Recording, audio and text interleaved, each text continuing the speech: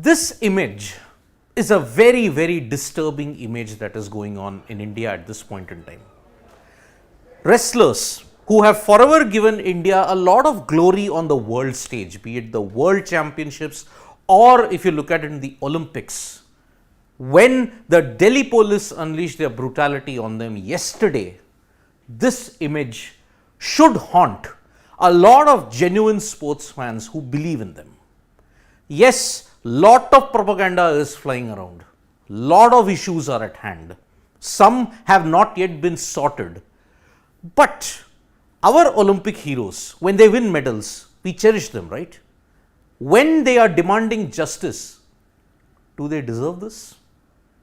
One should really question our integrity and one should really question our conscience, because this now has taken a very, very ugly turn, and lot of former Olympians have jumped into this and said this is just not done. Because when the wrestlers marched to the new parliament, they were absolutely manhandled by the Delhi police, they were shoved, they were abused, they were beaten by the police, and all those visuals made for some shocking statements. Because one of the statements that Sunil Chhetri has said in response of India football great, he has said, why does it have to come down to our wrestlers being dragged around without any consideration? This isn't the way to treat anyone. I really hope this whole situation is assessed the way it should be. Neeraj Chopra also jumped in. There has to be a better way to deal this. Why can't there be a better way to deal with this? Abhinav Bindra has also tweeted in solidarity with the wrestlers, where he said that last night was sleepless, haunted by the horrifying images of my fellow Indian wrestlers protesting. It's high time we establish independent safeguarding measures across sporting organizations. We must ensure that if such situations arise, they are dealt with utmost sensitivity and respect. Every athlete deserves a safe and empowering environment.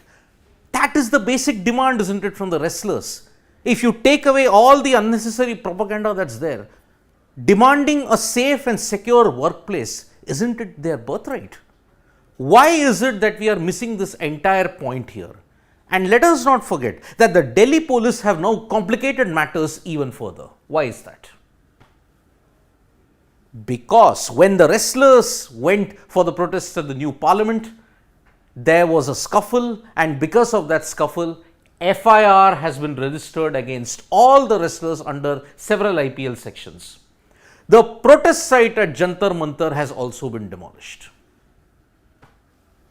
So, what are the sections under which all these wrestlers have been charged? Well, the Delhi police have filed FIRs against the protesting wrestlers and whoever was involved in them in all these IPC sections. IPC section 147, 149, 186, 188, 332, 353.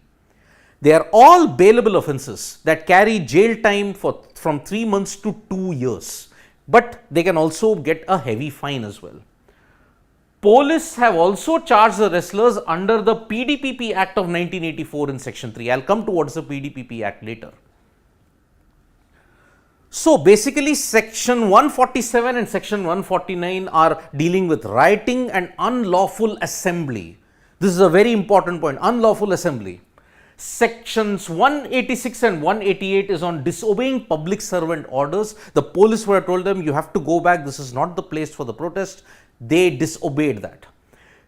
Section 332 and 336 deal with assault and hurt to public servants. You could see that there was a scuffle, but the Delhi police have said that the wrestlers were being aggressive with them, and that is why sections 332 and 336 have been put on them. Now, what is the PDPP Act? Prevention of Damage to Public Property Act of 1984. The wrestlers have been charged in that also. But section 3 and the jail term that is there for that is, section 3 deals with mischief causing damage to public property, and it's a bailable offence, but the jail term, if convicted, can be 5 years. Now that is a major blow in that sense. So if you look at it, under all these sections 147, 149, 186, 188, 332, 336 PDPP Act. It's a clear-cut case that, okay, the Delhi police want to register an FIR, but the main issue is now getting sidelined at this point in time. So, it begs that question, all these questions under rioting, unlawful, if you may look at it, unlawful assembly, disobeying public servant order, assault and hurt, and then damage to public property. The wrestlers' protest has now morphed into something very, very ugly. And now there are fake photos circulating around that they are actually smiling in that police van, which is fake. Now, at this point in time, let us make it very clear that this stir is only going to intensify at this point in time. Remember, FIRs have been filed against the now sidelined WFI chief Brij Bhushan Sharan Singh, but no action has been taken, despite one of the FIRs being under POCSO. So, this is a very, very sad state when you look at Indian sports at this point in time. Demanding basic rights like a workforce environment which is safe, why is that not being taken into? We all have to dig deep and look at our conscience and wonder, do our medal winners deserve this? They certainly do not. Thank you so much, folks, for joining us for this live. We'll be back with more updates on sports today. Tap that bell icon so you know when we go live, and don't forget we are on Facebook, Twitter and Instagram as well. Thank you.